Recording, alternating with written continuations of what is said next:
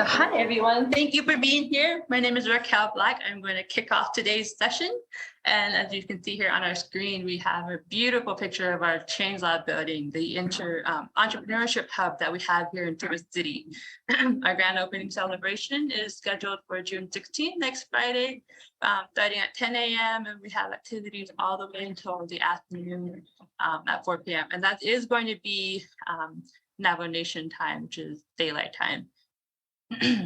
And to go over the rest of the series of events that we have scheduled to celebrate the opening of our new space, we do have our event starting with today on June 9th. Change Labs, Totem Banking, and 4Bands Community Fund will be are hosting a special discussion on unlocking capital within Native communities, and we have special guest Amber Buker, Lakota Vogel, and joining Kristine Laughter, Change Labs' very own director of the Kinship Lending program. Today we'll be discovering the rich history of Indigenous trade routes, which connected continents in the past, but were dismantled and with the creation of Native American reservations. Today, Indigenous entrepreneurs faced unique challenges operating on federal trust land, with the banking system failing to acknowledge their history and to meet their specific needs. It's high time that we feel for a redesign of the system, one that embraces Indigenous culture and values. And so please don't miss this opportunity. Please, I hope you enjoy Amber and Lakota and Kristine's panel discussion today.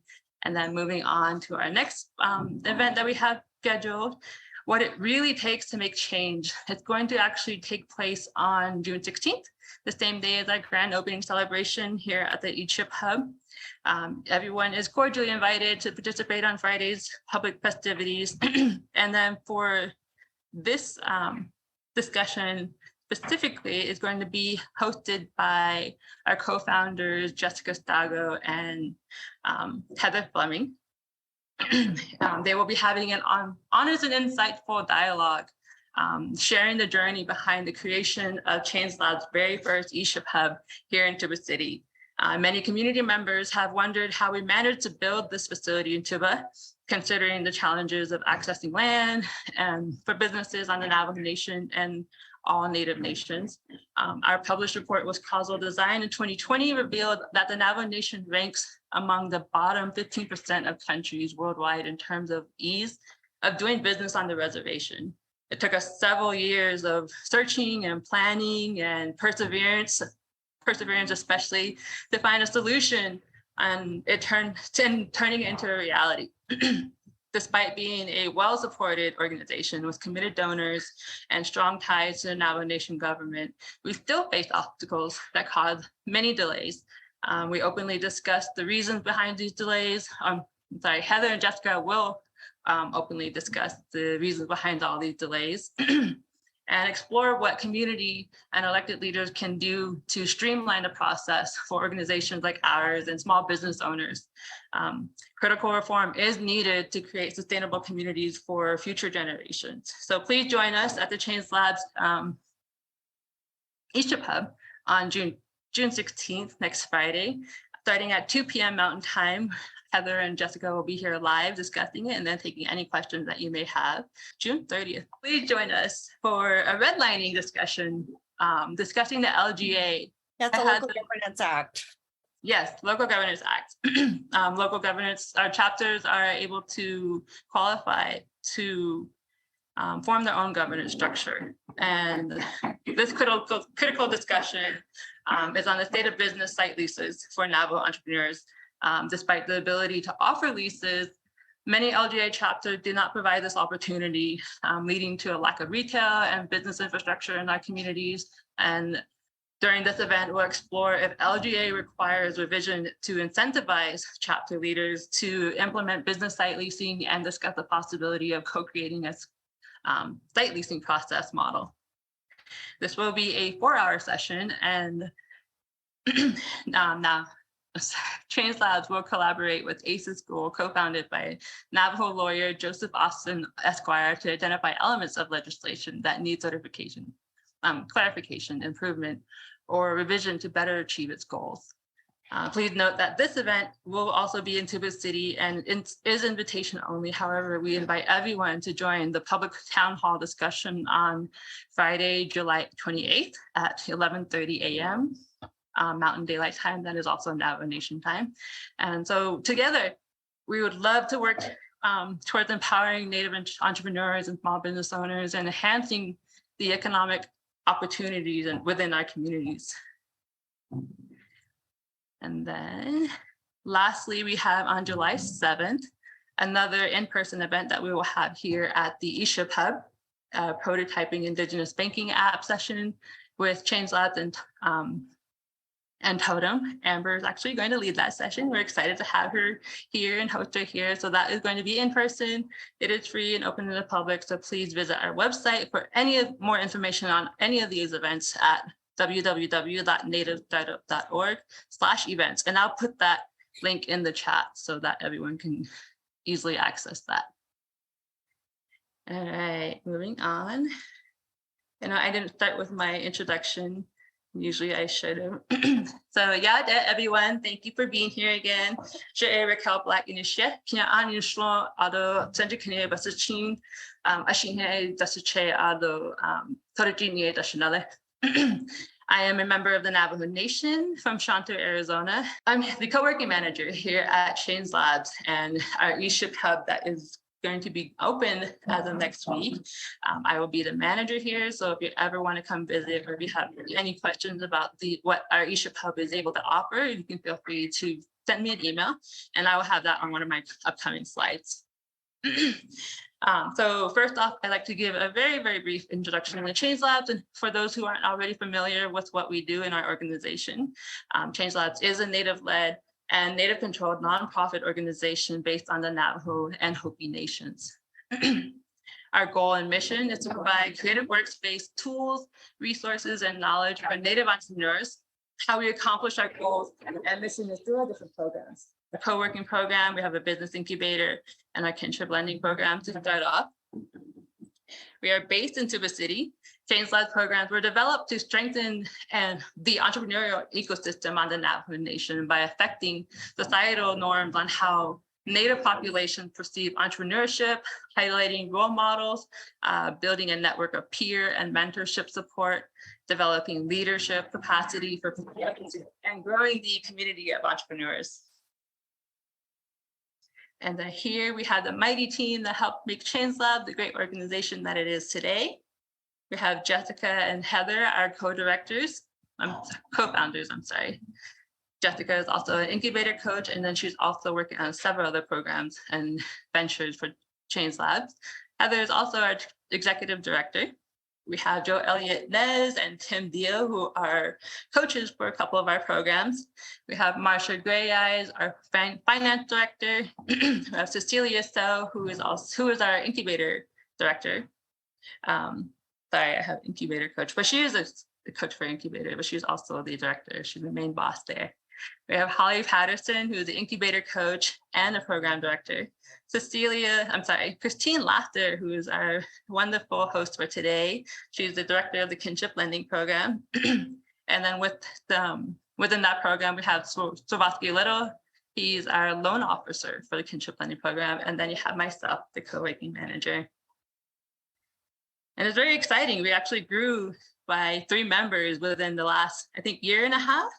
So we're gaining traction and we're getting a lot of work done and we're really excited. If you have any questions about my portion of the presentation just now, if you missed any of part of it, feel free to send me an email. My email is raquel@native.org, or you can also go to our website. There's a lot of information there that you can explore. It's native.org. All right. And then just to touch base on our panel discussion today, as far as etiquette, we do ask that you stay on mute during the presentations unless you're called upon, but please feel free to populate the chat box with your questions and we'll make sure to get those answered before the session ends today. And then another reminder is our session is being recorded today and will be available on Change Lab YouTube channel later. Okay, so moving on to today's discussion, I'm really excited for this one. I'd like to introduce Kristine. Kristine Laughter is the director of the Kinship Lending program at Change Labs. She's been with Change Labs since 2020. And prior to coming to Change Labs, she managed bank branches on and around the Navajo Nation for over 15 years. And Kristine's team manages the Kinship Lending portfolio and offers technical assistance through a financial education program and business coaching to Native entrepreneurs. Kristine is currently preparing to deploy the State Small Business Credit Initiative Loan, SSBCI program, in conjunction with the Navajo Nation Department of Economic Development, which is really, really exciting. And I'm sure she would love to share information on that. And if you're able to visit to any of our in-person events at Kristine here, I'm sure she would love to answer questions then as well. So I would love to turn it over to Kristine, and I will stop sharing my screen. Kristine, it is all yours. Well, wonderful. Well, thank you for that. Actually, Raquel, can you go ahead and continue to share the screens and just continue on to the next screen? Thank you. So welcome, everyone. It's great to be here. It's great to have our guests here. I'm Kristine Laughter.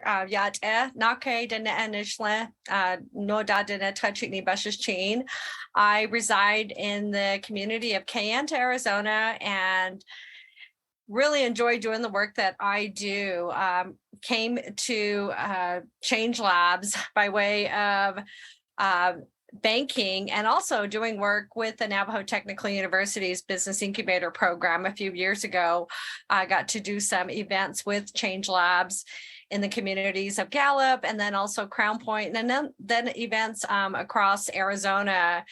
We had an event in Tuba City prior to the formation of the actual Change Labs organization.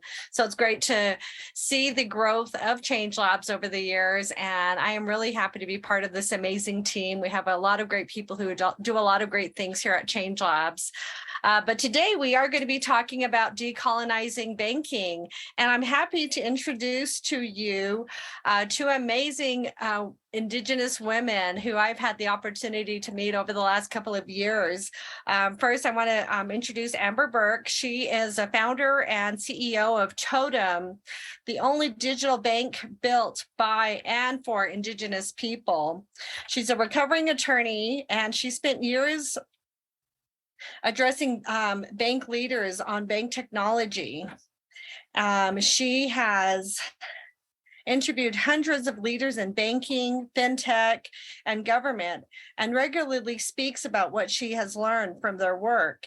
In 2022, she became the second Indigenous woman in America to raise a multi-million-dollar venture funding round. So I'm really glad to have Amber here. And then next we have Lakota Vogel. She is the executive director at Four Bands Community Fund. Four Bands has a 23-year-old CDFI program, which has forged a path for economic opportunity on the Cheyenne River Sioux Reservation in north central South Dakota. She is a lifelong learner and constantly striving to challenge the framework of moving money in America. Four Bands has placed over $37 million of capital into overlooked economies and communities through small business loans to residential mortgages. Lakota advocates to systemically alter the economic narrative around rural Native communities. So welcome to Amber and Lakota. Well, let's go ahead and go to the next slide. Thank you, Raquel. And then I will go ahead and allow Amber to talk a little bit more about her work with Totem. Halito sa hochifo ya Amber Buker chatasia hoki Tulsa mitili. Hello, my name is Amber Buker. I'm Choctaw and I'm from Tulsa, here in Oklahoma. And I, as Kristine explained in my intro, I'm the founder and CEO of Totem. We're really, we exist to create a new tradition of Native wealth through digital banking. My name's actually misspelled on this slide. It's Buker, Buker. So Buker is the last name, but didn't know. Okay, so sorry. Yeah, I just realized it because I was looking at it. But yeah, I'm really excited to be here. As Kristine mentioned, or Raquel mentioned in the intro, we're going to be coming down to visit y'all at Change Labs here pretty soon in July. And we're just so honored to be able to have a part of this discussion. We're really set out to, in addition to creating that new tradition of native wealth through digital banking, we're decolonizing banking with every product decision that we make every day, trying to walk that path. And so, yeah, I'm excited to have a chat about what we can all do to contribute. Very good. Welcome. Yeah, thank you. They did a great job with the intro, so there's not much left to say. Just basically born and raised here on the Cheyenne River Sioux Reservation in north central South Dakota. So happy to join you all in the Southwest. I liked the introduction of the trade routes and sort of reinvigorating those trade routes, especially as we share information across the regions.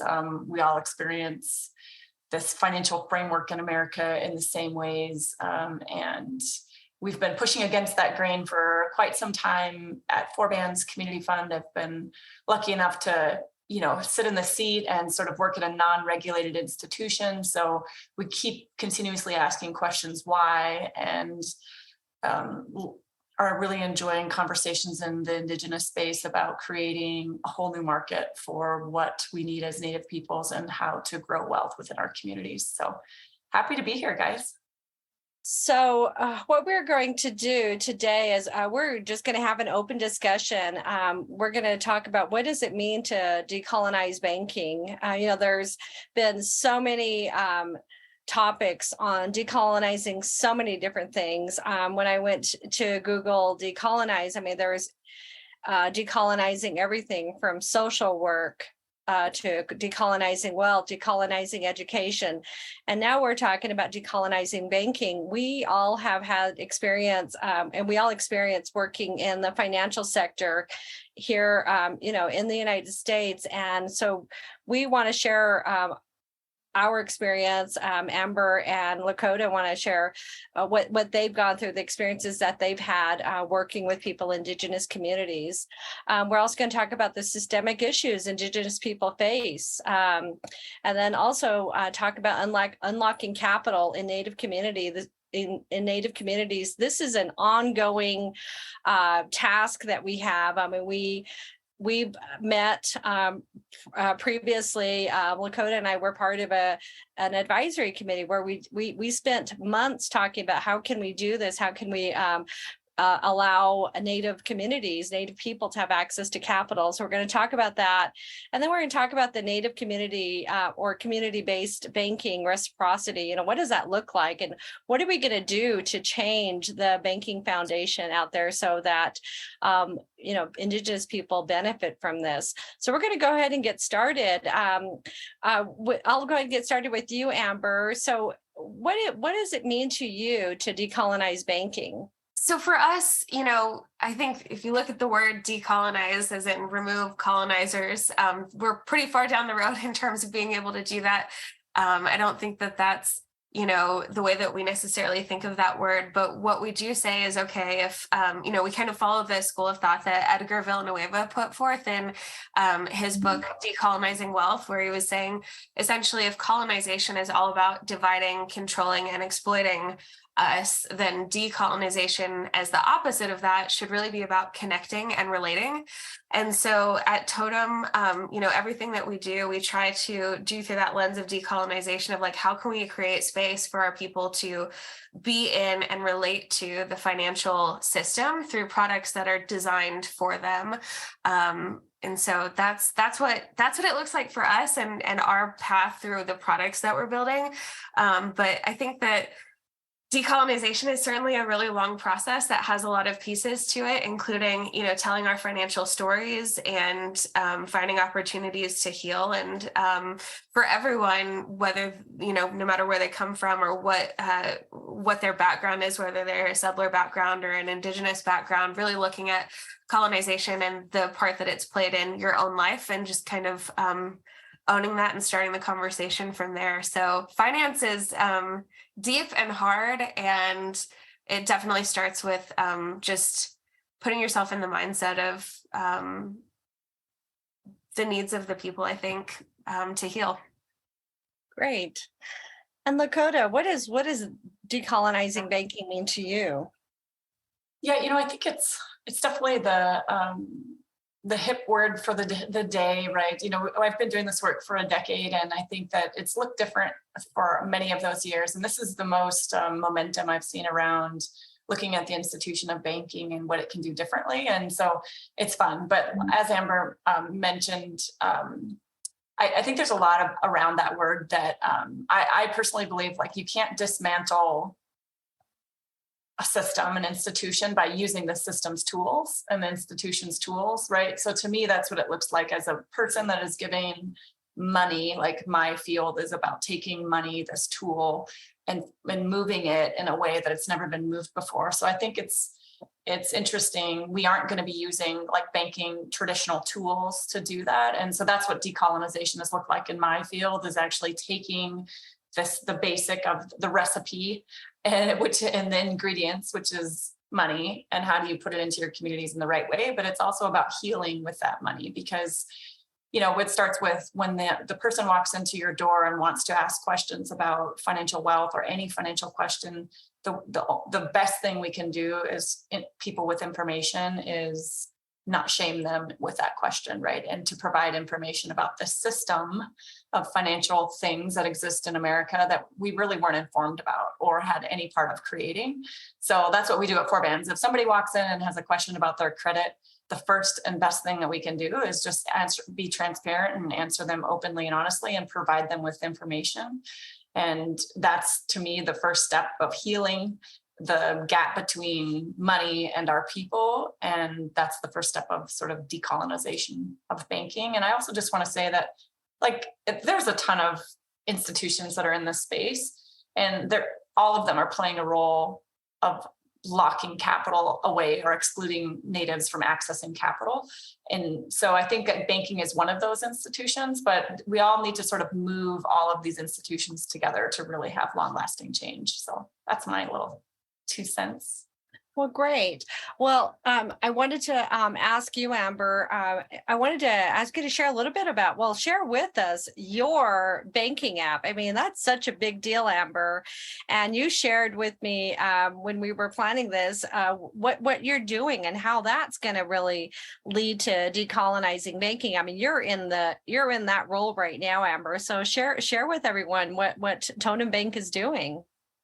I appreciate the opportunity, Kristine. And just to go back to something that Lakota said about moving institutions together to create lasting change, that's definitely something that we're trying to do with our role in the banking system. For example, we're working with a really large tech company called Plaid to make ourselves really the first bank that we know of that would be able to accept tribal ID cards for Know Your Customer onboarding. So once we partner with them to make that actually happen from a technical perspective, which we're working on now, not only will we be able to open accounts with tribal IDs, but that'll be an open question for other financial institutions that use Plaid. Now you have the ability to accept it. You have to make a call about whether or not you support sovereignty, and we'll recognize these.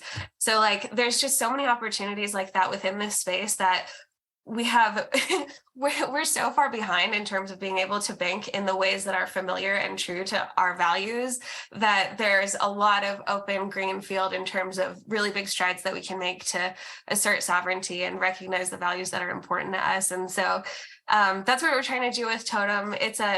I don't know if you want me to talk about just the basics of what it is.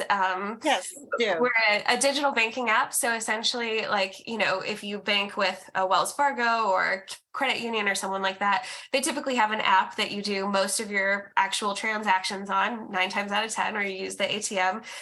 So we're like that, except we have no branches. So you can, deposit funds, you can move money, you can do all of these things and have a safe FDIC insured account through your phone, which, part of the idea for that just came from understanding some of the barriers that our people have to accessibility when it comes to even basic financial products. We travel 3 times further than other Americans to get to a bank, and have a lot of issues with accessing, safe financial solutions that aren't charging, crazy interest rates and things like that. So we're starting with just a simple spend account, which is designed to, not have overdraft fees, not get people in trouble. There's no monthly there's no monthly fees. There's no minimum balance.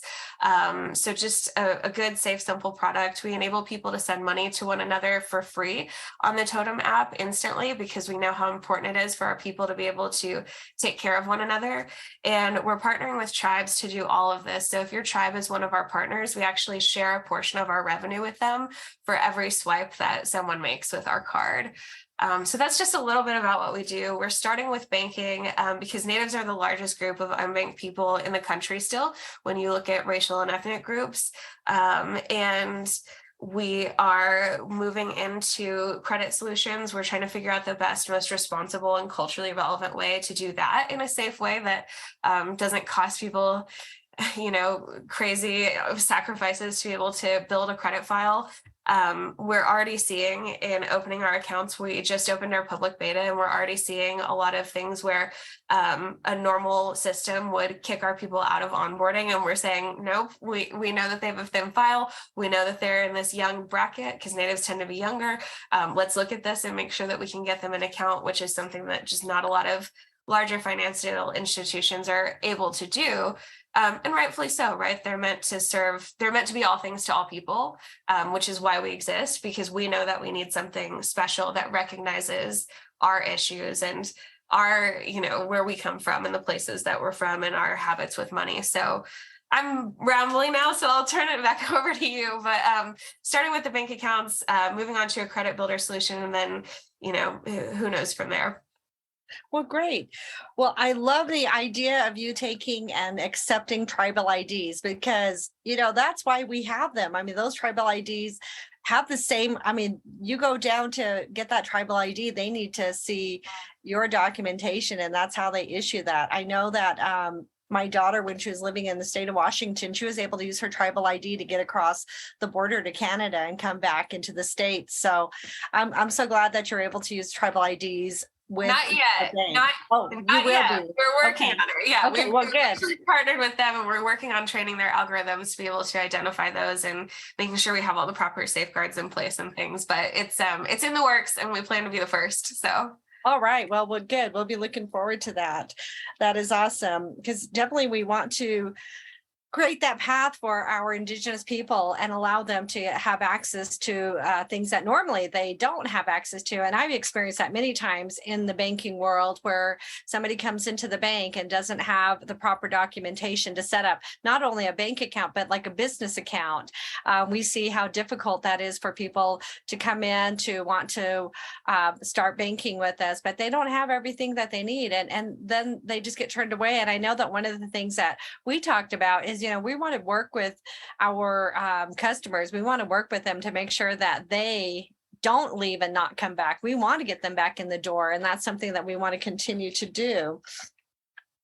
Well, great. And then Lakota, yes. Kristine, could I just comment? Amber, yes. I just wanted to congratulate you. And it seems like you've really done a lot of great listening to community needs of like what has not been working for banking and depository relationships. One of the things that you said that stuck out to me is just the no minimum and not closing people's accounts on them. We at Forbans do voluntary income tax assistance. And so we file over 1,200 people's taxes for them at tax time. And, direct deposit is the best way to go versus the paper check. But one of the issues we had in some of the delays is one, the identity verification, right? The address thing that we brought up of just people not being able to find Natives, even though we all know where they are. It's not written down anywhere. And then the banks closing the accounts just because of the delayed refund timeframe and out of no control of the person, right? It was just closed on them. And then he would go through this whole rigmarole with IRS of trying to get it back. And so I think that's a really smart thing. And I can tell you've done some really great listening for the communities and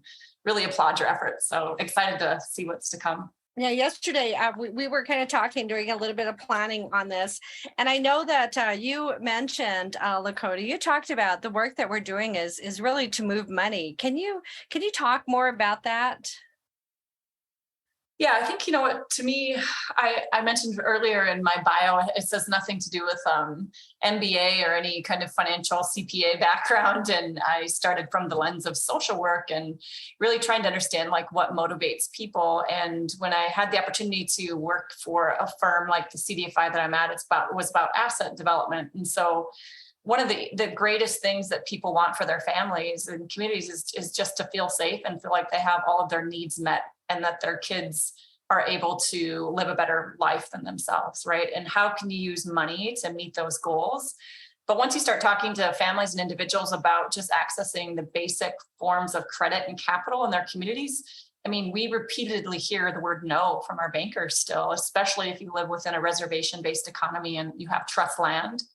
And it's no, if you walk in and say you're ready to buy a home for your family, the bank says no to you and says we cannot collateralize that trust land. And so it's disheartening to hear about that, but we weren't able to get into the mortgage lending space until 2019. And so it's unreal to imagine we're in the 2023 and Native Americans in the United States are being told that the land that they sit on cannot be valued by Americans, America financial institution standards. There are loan guarantees out there, and I can talk about that later, that the government has thought would help move money to reservation-based economies, but it's also just a crutch and a Band-Aid that really shouldn't be necessary. So I think we have enough smart people these days, many of them on this call, that can design and create our own financial systems to move money to where it's needed in America, and then partner with those that do have the money and tell them this is a much needed space for money to move. So to me, it's just about bragging about our community, showing the opportunity. It's a missed opportunity in our communities. There's a lot of individuals who are needing capital and it's a market worth investing in. That's kind of my main pitch. Right. And we talked about this, about how building a home, in any other part of the country, when you are able to buy a home, whenever you're able to build a home, I mean, you start to build generational wealth. And that is a term that I didn't start using this term generational wealth until about 3 years ago. Mm-hmm. And I mean, before then, I didn't even talk about it because it's not something that we talk about. But now more and more with these discussions, we're talking about that. Like, how do we build generational wealth? How do we help our families so that they can leave something for their children, for their grandchildren, and we look at other people that are able to do that and use homes as collateral and use homes to put their kids through college. I mean, and just do different things like that. And I love that you, I believe, correct me if I'm wrong, you've mentioned that there's a way that you can do home equity type loans on the reservation. So if somebody has a mortgage, they have a home. I mean, and so there's possibilities there, right? When we talk about generational wealth. Yes, lots of opportunities. And, just the idea of wealth, I love the work that everybody's been doing to try to define what wealth means. We've interviewed our elders and asked them that question. But if you think about it, decades ago, elders weren't using the word wealth to describe it. So how does that translate now with the language revitalization strategies and things? I think it's just a really exciting time to be a part of this conversation because new things are being developed and we're defining things that fit our communities now. So I like that too, about generational wealth and what does that mean? I think we're still exploring it. Does it look like passing a home on? I'm not sure, but I have one story I want to share. We have this single mom, and was living. This is the situation in many of our communities. She was living in a 5-bedroom house with her father, who had been assigned the home by the housing authority, and that's just the way it works. Is they weren't able to get a new unit, so her family unit, a husband, and she's single now, but they lived in 1 bedroom of that. And so every night when they would go to shower, they would take their, toiletries to the bathroom, their shampoo and things, and bring it back to their room. And when she finally got her own house, for her and her two girls. She was so excited that she was able to leave her shampoo bottles in the shower, and like those luxuries, that was her goal. And then her next goal was really to provide a space for her family to gather and host birthday parties in a space where she had a kitchen and a kitchen island. And to me, like, that's wealth right now. And sure, she's thinking about the future of what she's going to leave for her children. But that story right there of just wanting to host and be a place of community for her family, to me, is wealth, right? And that's what we're trying to capture with capital and allowing natives to access it in a good way. So. And I'd say too, like Kristine, you mentioned this about, I think you said something about entrepreneurs, and that's the other way that our people are incredibly entrepreneurial, and we're really good at starting small businesses. But I think that if we could get more capital into the hands of entrepreneurs building like scalable VC backable companies, like obviously I'm pretty biased because that's the path that I took. And it's definitely not for everyone. Certainly, if you can bootstrap a company and scale it on your own, that's definitely the way to go. But I think that finding strategies and resources that will help more of our people get into the position of raising capital and building larger scale companies will really go far in terms of building that generational wealth. And it's never been easier is the thing, right? If you can understand technology and harness that, you can scale anything, if you have a good enough head for it. So, yeah, and it's definitely easier said than done to get capital as an Indigenous entrepreneur. Like having raised recently, I can tell you I've got a lot of battle scars from answering really stupid, ignorant questions. But I tried to look at those conversations as like part of my mission, right? Just like helping to increase Native visibility, and you just kind of let it roll off and keep going and find the right people who understand the market that you're trying to serve, or who at least are willing to are on their own journey of decolonization. We have a lot of investors that are impact investors that represent wealthy families and incredibly unbelievable levels of personal generational wealth. And so a lot of their work with us is part of their own personal journey toward decolonization. And it's hard. It puts us in a hard position, but I just try to kind of take it on the chin and look at that as part of the duty and responsibility that comes with being put into a position to steward lots of funds to build something for us, by us. But well, I want to say that the venture capital work, again, it's not something that I even thought was possible on tribal lands, but now there are people out there that are looking at this. I mean, it's even something we're looking at Change Labs. We actually started the process of meeting with a group, a fund that is going to kind of teach us how to do the venture capital work, and I'm really excited about it because I'm lending money to all these Native entrepreneurs. I'm lending money to them and I'm expecting them that they're going to pay 100% of that loan back. But then I also know that there's people out there that are able to access capital like you, but I would love to hear your story about how you went through this process. But there are people who go through the work to get money and that sometimes they're lucky enough that they don't have to pay this money back. I mean, they can take the money, grow their business. So I'm just kind of curious, how does venture capital work when we're talking about venture capital, since we're on that topic? You definitely pay it back in some ways. For venture capital oftentimes takes the form of purchasing equity in a company. For us, we're a really early stage company, so it's hard to tell exactly what we're worth. So we used what's called a convertible note to raise on, and that actually is technically a loan. It has a interest rate and a term and all of that good stuff. The big difference is, though, that while it is a loan, the anticipation is that we would instead use those funds to convert them into shares down the line when our company grows and raises more money, essentially. And so that's really what venture capital is all about. You are selling, you are diluting yourself as the owner of that company really significantly anytime you take on venture capital. And you're also responsible for creating a board that typically has your VCs on the board. And so the people that you have taken money from then become your boss, quite literally, because the board, everyone thinks that the CEO is the boss. In fact, the CEO is never the boss. The boss is the board who hires and fires the CEO.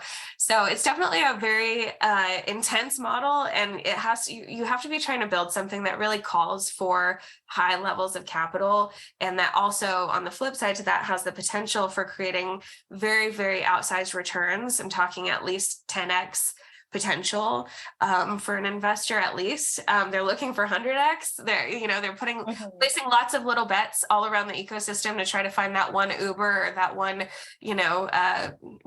unicorn.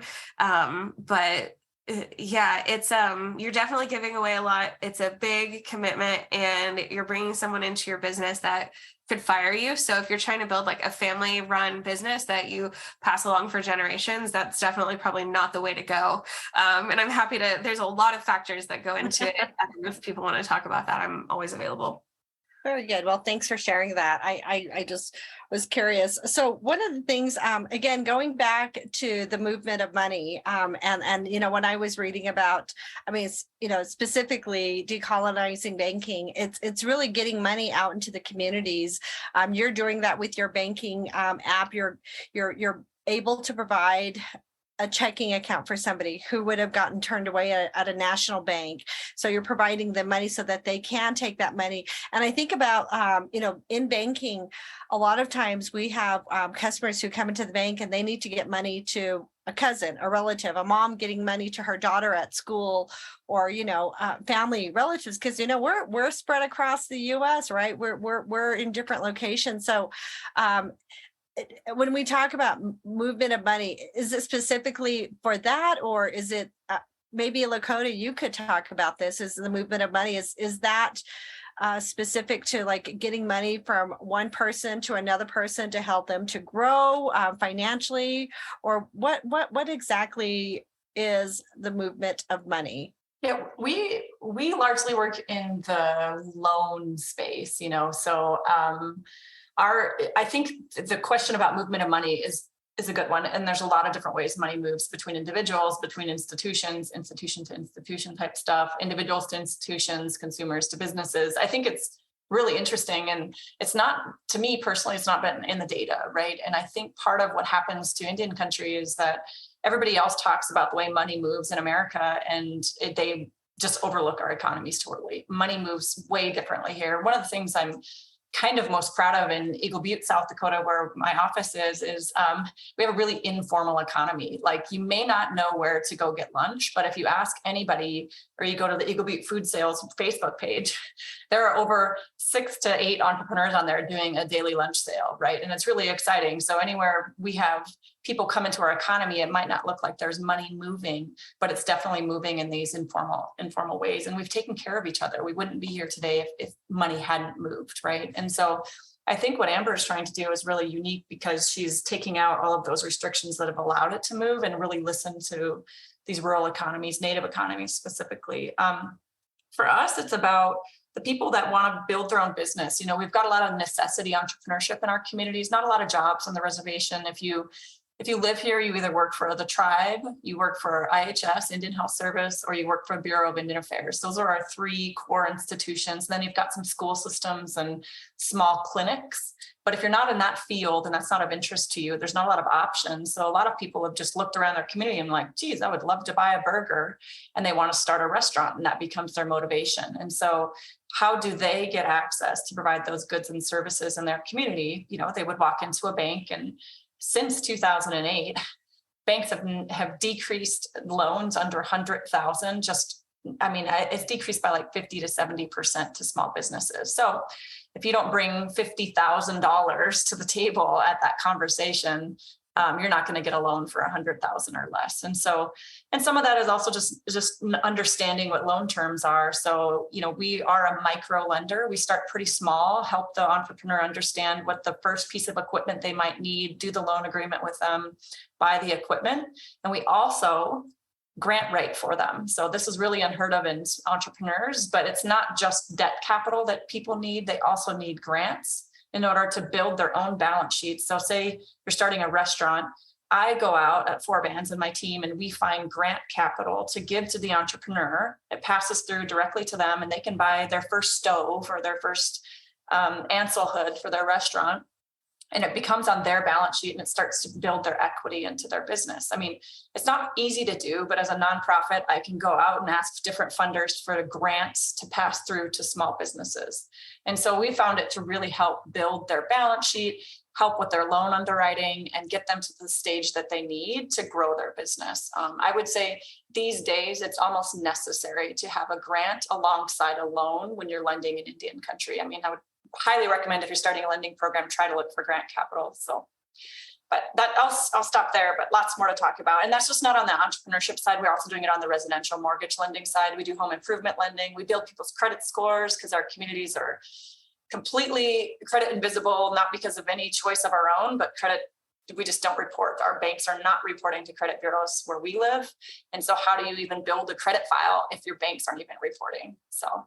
Oh, well, that's definitely something that I do want to talk about is credit, because that is huge for so many people on Indigenous lands. But I do want to go back to talk about, we talked about, or you mentioned, before there was money, before there were banks in Indian country, we had ways to get money or trade between, not just in our communities, but between tribes. I'll share a personal story of my grandfather. My grandfather and my grandmother had sheep, and they had Hopi friends that they would trade with. The Hopi friends had their fruit, their baked goods, and I have no idea how they did this. This had to be in the 1950s that they would plan these meetings where my grandmother would prepare the meat from the sheep and have her visitors arrive,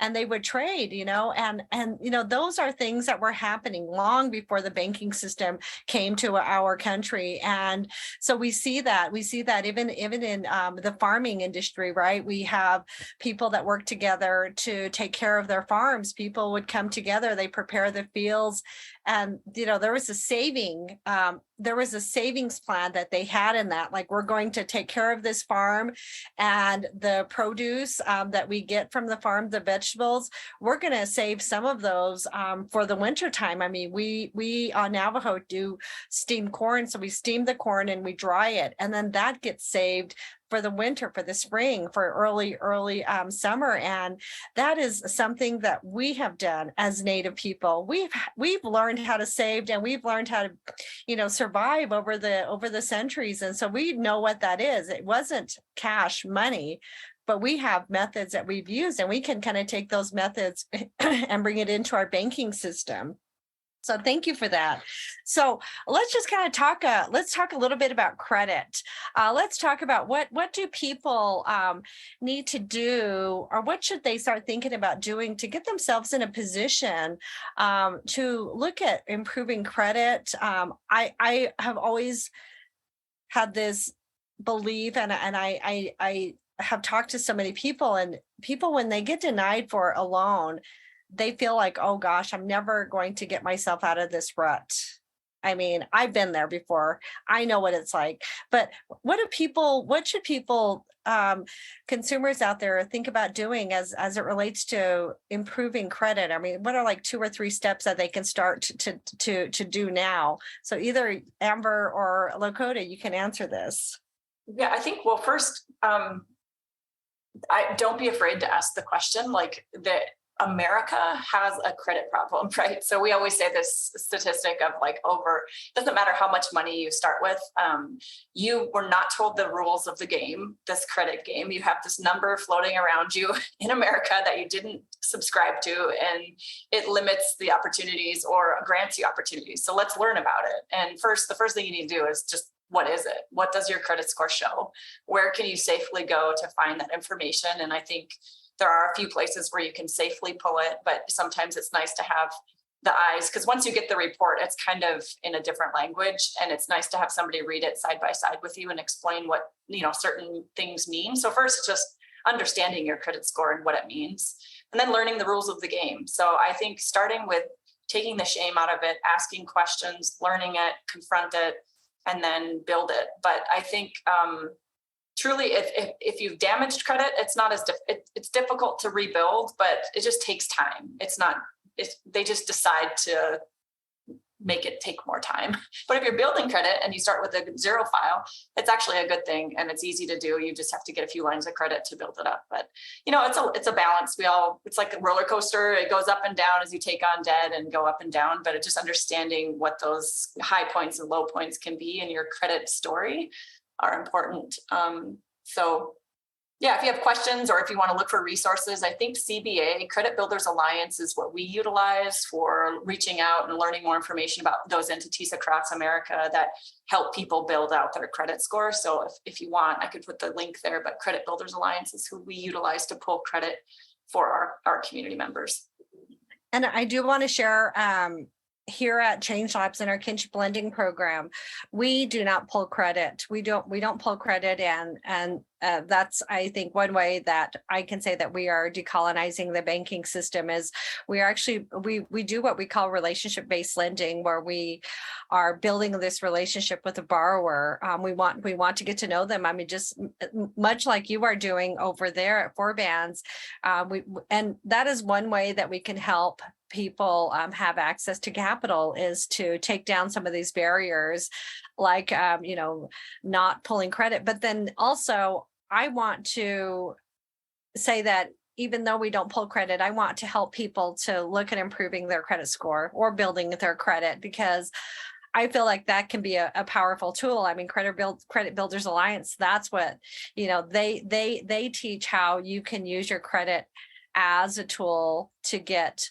low interest rates on loans, low interest rates on, your mortgage, on cars, and all of these different things. And so definitely is something that we should be looking at, and something we want to talk about in this time. I was just going to say too, it's something that is an incredibly common pain point. So to Lakota's point, like, you just have to ask the question and don't be afraid of the conversation. We get people coming up to our booths when we're at powwows constantly saying, oh my gosh, are you doing something for credit? My son needs this. My daughter has bad credit, whatever. And it's literally one of the most common things we get. So we're working on a solution, like I mentioned at the top of the talk, but I would just say, like, there are a lot of different programs and kind of schemes out there designed to, like, help people, quote unquote, improve their credit. And so I would just say, be on the lookout for those. Make sure that you understand what the product is actually doing. If you're going to sign up for a credit builder product before we have one, obviously. But yeah, I think Lakota made so many great points. And if you are a little bit more tech savvy, something like Credit Karma is a nice place to just be able to, like, pop in there and really quickly get a gauge in a visual, gasoline gauge style of where you're at. But yeah, beware. There are a lot of people that claim to be, reporting things up to the bureaus that are using different workarounds and not exactly working that way. So just, if you're going to use a product, be sure to ask a lot of questions, or reach out to me and be like, Amber, what are they doing? Again, just like Lakota, happy to And we have to watch out when we're talking about credit. We have to watch out for those companies that claim, like, pay me $100 and I will repair your credit. Well, don't believe that. It's it just takes a lot of sweat and tears, I think, to work on moving your credit score. You don't need to pay money. There are nonprofits out there that do help people to work around that, but credit counseling is a term that I prefer to use because, I think that when you talk to somebody and you're able to figure out what is happening with your credit report, that is a way to help move that credit score. And sky's the limit. It's up to you. It's up to the person where they want to go with that. And so that definitely is another topic to talk about. The next thing I really wanted to discuss is, we are talking about unlocking capital in Native communities. Could you share what it is that you are doing specifically to unlock capital in the communities that you work in? I don't know about capital necessarily, but we're just more providing on-ramps to culturally relevant financial services and on-ramps to accessing tribal benefits as well, which is certainly not capital necessarily, but it is a form of resources that we have access to. So, not only are we making sure that people can get through onboarding and that we're not, denying them for, just like our own circumstances. We, have the ability to show people national programs, things like Section 184 loans, or even how to enroll in your tribe, how natives access healthcare, topics like that help people find benefits that might be applicable to them or other groups that will help them connect to the community.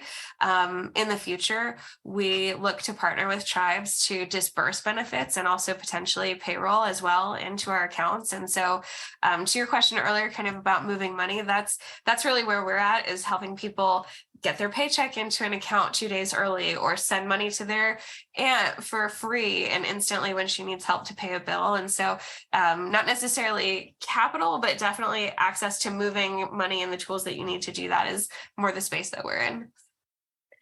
Good. And when you offer those services and it's free, I mean, that's building wealth for them, because that's money that's going to go into a savings account. You talked about the savings accounts you have there at Totem. So saving a little bit of money versus having to pay these fees, I mean, that adds up over time, right? So that's a great way to help people in communities also. And what about Lakota? What do you have to say about unlocking access or unlocking capital in our Native communities? Well, the one analogy I like to give, just for those of us that aren't in the finance space, is I like to talk about the racist soap dispenser. And if you guys have all heard the analogy before, but basically this is a true story. Like, a group of engineers sat around a table and designed a soap dispenser that was installed in a major hotel chain. And an African-American man tried to utilize it in the hotel chain, and he put his hands under the soap dispenser and it literally wouldn't dispense soap. And it couldn't see his hands. And it goes back all the way to the table of the engineers who were, a homogeneous group and making decisions about the design of this product. And I really feel like that's how our financial system has been designed. It's been designed without our voices at the table. We are putting our hands ready to, take the money and utilize it, but it literally cannot see us, especially if we're on trust land. And the one thing that this, man was able to do is he took a white paper towel and put it over top of his hands, and then the soap dispenser dispensed, And so to me, I feel like what we've had to do is take loan guarantees, like a HUD 184 loan guarantee, an FSA guarantee, an SBA guarantee, put it over top of our lands. And then all of a sudden the capital is able to dispense. And I'm sick of the paper towel method. We should be able to get capital into our communities and leverage the largest asset that we have. Native Americans are the largest private landholder in the United States. That generally would equal wealth, and it has not for our communities. So that it was, the trust land system was exclusively built to exclude us and assimilate us and ask us to not grow wealth. So we have to fight against that, which we do. We advocate towards, but we also now just need to create our own loan products, our own systems that can get capital and move it. We can't expect the government to do that for us. And I think there's a lot of, progress in that space. So really it's about pulling on both systems at the same time, but just listening to people and finding the right funders. And there's a lot of folks out there, including, creatively what Amber was able to do with venture capital. And it may not be the right fit for everybody, but it was one method of dispensing capital to her program, and it fit her. So let's just go out and find all of those other programs that can get the money to our communities and move it in the right way. So I would say too, like the folks that Our lead investors are Raven Indigenous Capital Partners, and they've found some really innovative ways to fund things for our communities through outcomes-based financing and vehicles like that, that are just really incredible. And I think too, every product that we build should be through that customer lens of what makes sense. But I think that we also have an incredible opportunity to really truly decolonize financial services by establishing banks through tribal governments or potentially jurisdictions like the Catawba Digital Economic Zone and some of these new jurisdictional kind of ideas and regimes, and leveraging the power that we have as sovereigns to create entirely new financial products. To Lakota's point, I think really designing financial products that work with our values and culture, we can make them completely new. Like we have, and that's the great thing about technology too. It really empowers us to do those things and scale those things in a way that we can share them nation to nation quite quickly. And so I'm really excited about all of the opportunities. Right now, we're working kind of, within the system. I totally hear, what Lakota's saying with the old saying about, you can't dismantle the building with the oppressor's tools, right? The tools that built it. But we do have to participate in the modern economy today as it is. And so I'm really excited that we can build this foundation of having access to credit and bank accounts that we need to participate as full citizens in the modern economy today. But we can do that while we're creating simultaneously the foundation to build our own completely unique products once we've proven that we can function within the system as it is, with our own tweaks, of course. Like we've done a lot of policy tweaks specifically to decolonize what we're building. Addresses came up, so a lot of banks won't mail you a debit card to a PO box, which is, they don't even realize that that's discounting so many natives who live on remote reservations from being able to get a debit card. We chose our ATMs so that they would be in convenient retail locations that are more comfortable than going into a bank branch with like this stuffy lobby where you're potentially being judged for why you're even standing there. There are just so many opportunities to help heal the 1,000 cuts of colonization and settler financial, burdens that are being put on us. That there's definitely a ton of work to do, but a lot of it is really big, exciting, and revolutionary potential new work. Which truthfully is just better business. Like Amber, what you're doing is just a better way to do business. Which is better for everybody ultimately. So yes, great. And that brings us to the community-based banking. We talked about this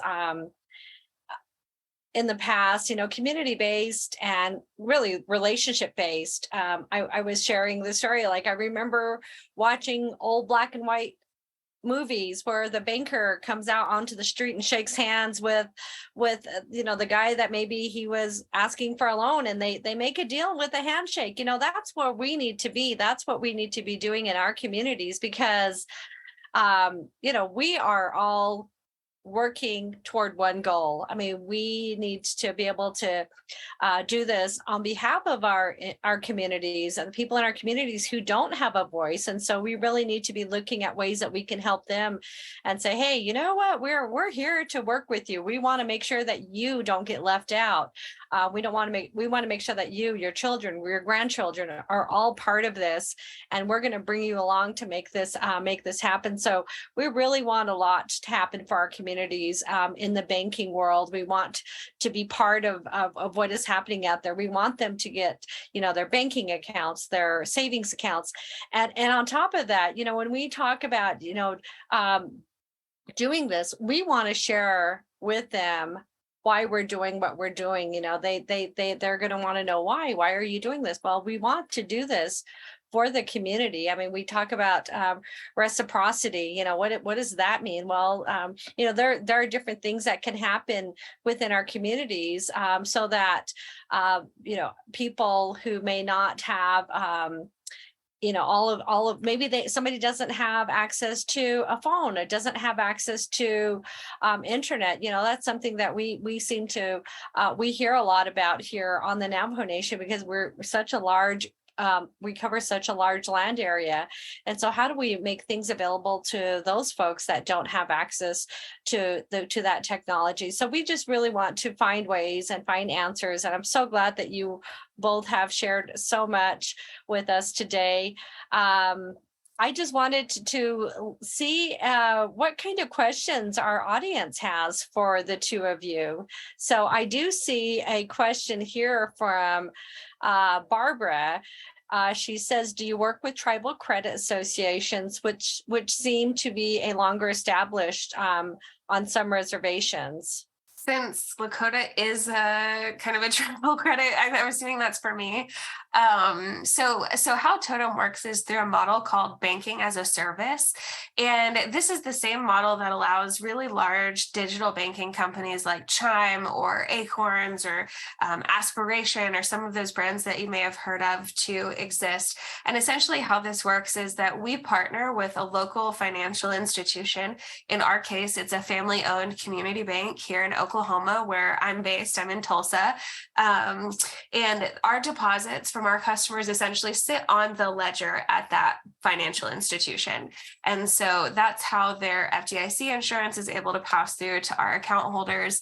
And when we were looking for a partner, we actually wanted to work with a native-owned bank or a tribally owned entity. But unfortunately, this model is really pretty cutting edge in some ways. And so it requires a lot of very specialized technology, but also a lot of really specialized compliance expertise to be able to manage programs like this. And so we found one minority owned depository institution that was capable, but it wasn't a great fit for us. And so we thought, well, at least if we go with a local family owned bank, you know where your money's at, you know that it's not going to fund pipelines or companies that are opposed to Indigenous values. And so that's how we work with kind of existing financial institutions. But I actually have a friend who's the only other native entrepreneur I know in the fintech space who's working on building a deposit network for minority owned depository institutions so that they could have the same tools to participate in programs like this. And when she's up and running, we'll be ready to take on some new native owned partner banks, hopefully. And I want to know when will you have accounts available for business owners, because that's such a big deal. Like native business owners, they get the runaround when it's time to open up a bank. I have a friend who is a vice president for a bank that's right here off the reservation. And she calls me because she says, well, we have these tribal documents and I don't know if this is going to work. And so they have no idea. So at what point do you think you'll have banking available for businesses? Yeah, small businesses accounts are a lot more complicated for a fintech than you would think they would be. You would think it would be not that much different from a personal account, but it actually requires a whole other level of, again, compliance, security, lots more fraud checks and things like that. So that's probably pretty far down the line for us, but it's definitely something that we're hearing a lot of interest about. So, we'll get there. We're trying, but we are looking at other ways to highlight native business owners in the app and create discounts for native owned businesses so that you can familiarize with native brands in the app. And so all of those things are coming probably sooner than the SMB accounts, unfortunately, but it is something that we hear the need for a ton. And I'm sure that Lakota probably has some great partners that they refer folks to. Well, I was just curious, most of ours are sole proprietors, Amber, and they would be able to, because they don't have a separate EIN number. It's interesting. So the smaller and more rural they are, they're sole proprietors and they actually don't have a lot of employees. And so they might be able to. That's a great point. I will push my compliance team on that. Be like, if you're all sole proprietors, then isn't it easier? That's a great there you go. Finding solutions today. That is wonderful. Thank you, Lakota. What it's all about. Yeah, conversation. Does anyone out there have any questions for us today? I know that we've covered quite a bit and talking about what we're doing in our different areas as it relates to banking. Hello. Yes, go ahead. Hi, everybody. Change Labs. My name is Eli, and I work with Operation Hope. I'm not sure if many of you heard about it. No. Yeah, so it's a nonprofit that was started in 1991 at the wake of the Rodney King riots and currently based in Atlanta, Georgia.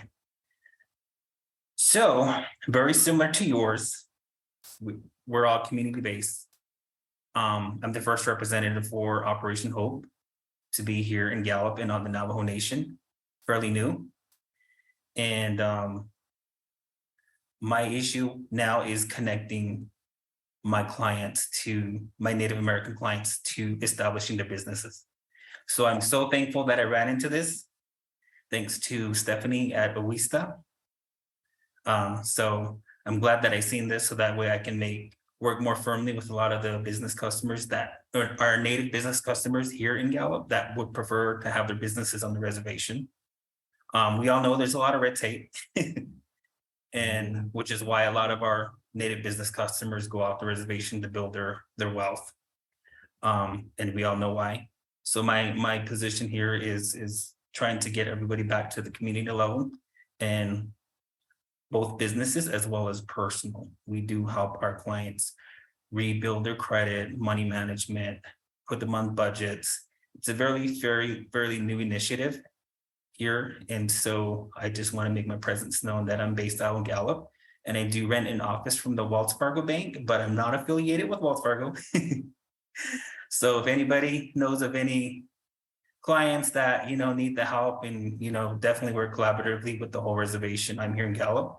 I also do remote work. I can travel any and everywhere.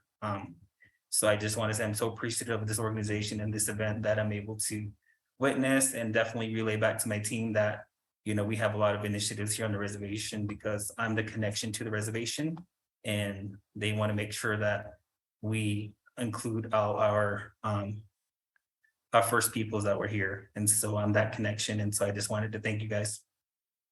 Well, wonderful. Thank you for joining us today, Eli. All right. Any other questions from anybody out there? Just reading Barbara's message here. So such great information for Native future community needs, something I fully support. So thank you, Barbara. And Amber put information in the chat box about Totem. So check out the app. I went to go look, and I'm so excited. I'm so glad that it's there. I will say that with Totem, I have grandkids. I have 2 daughters. I have 3 grandkids, and I really think that this is going to be something big, especially for, like my grandson. He was, he already has an account set up online, and he says, send me money here. And he had to show me how to do it, to send him money. But it's so easy, and it's wonderful to know that, this app is available, and this is a way of banking. The bank that I worked for, I remember like in 2003 when we were really working hard, pushing that debit card. And then when we started pushing the online banking, and now they're really pushing the digital banking, I remember saying, wow, they're not going to need us one of these days. There's going to be a day when they don't need bankers, tellers in the branch. And sure enough, that's what's going on. I just walked by my local branch not too long ago, and they have cut their hours from 10 to 4.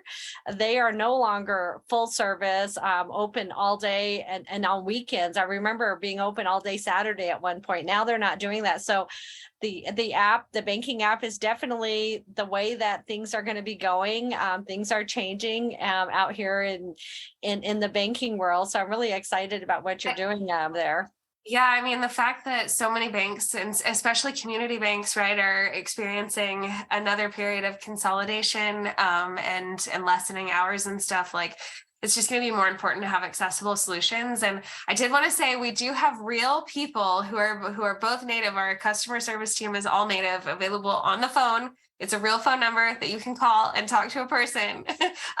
Almost the exact same hours, 10 to 3 Central right now, because we're not fully launched yet. We're just in the beta. But yeah, so even if you can't have a branch, you can call our folks, and they'll help you find the cheapest place to load cash or tell you where the closest free ATM is.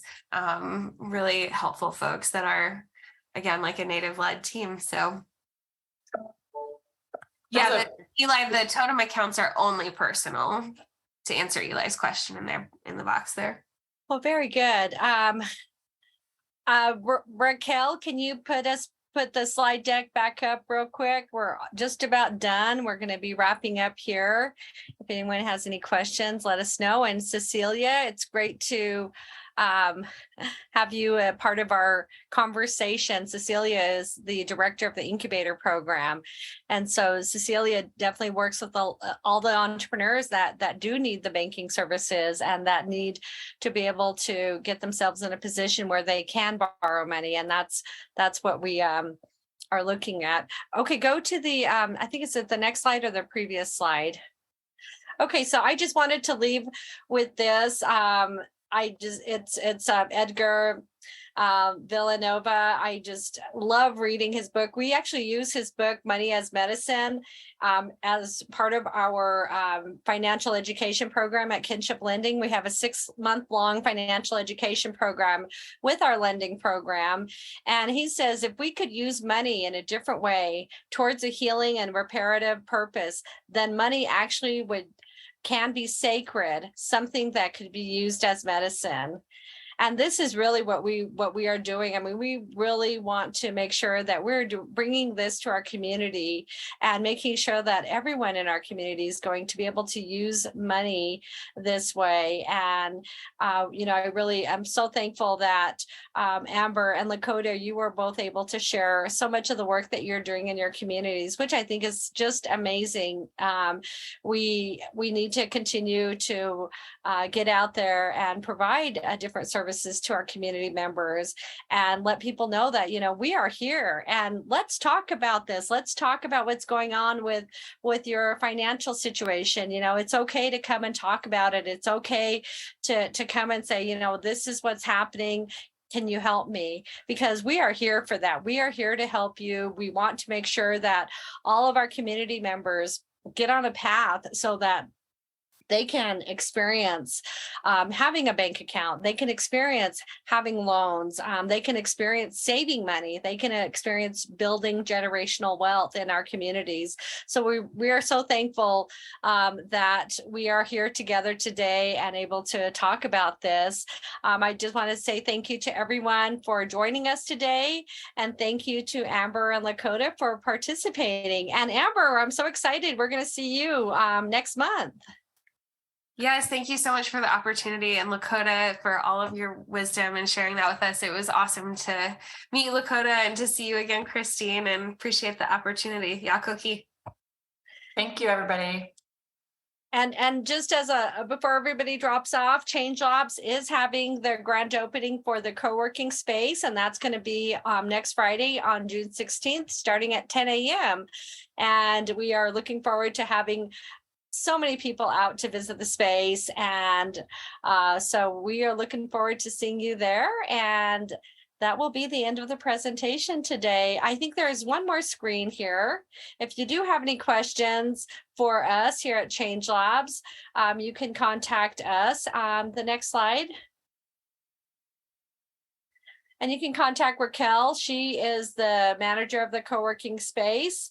It's 10 o'clock Navajo time. So it'll be starting at Navajo, so Mountain Daylight Time next Friday. So come on out. And there's also, we're also going to have a lot of vendors there. So we have members of our incubator alumni that are going to be there setting up to sell their goods. And so we want to see as many people as we can there at our event.